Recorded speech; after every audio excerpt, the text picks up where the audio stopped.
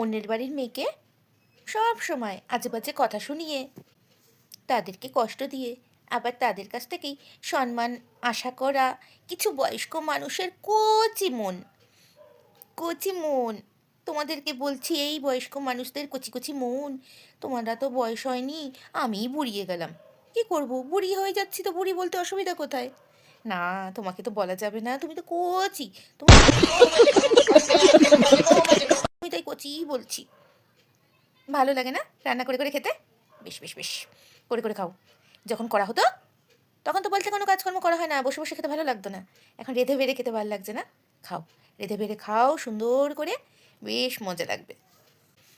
অপাত্রে অনেক ঘি ঢেলে দিয়েছি, আর ঘি ঢালতে পারছি না গো, ঘি উপচে উপচে পড়েছে। তারপরে সেই ঘিগুলোকে আর কাচালে হাত না একদম চিটপিট হয়ে যাবে, মানে তেল চিটে হয়ে যাবে। সেই হাত আবার বারবার করে সাবান দিয়ে ঠান্ডায় ধোয়া যাবে না, তাই জন্য আর ঘি তুলছিও না। যেমন আছো তেমনি থাকো, প্রচুর করা হয়েছে কচির জন্য, আর করতে পারলাম না।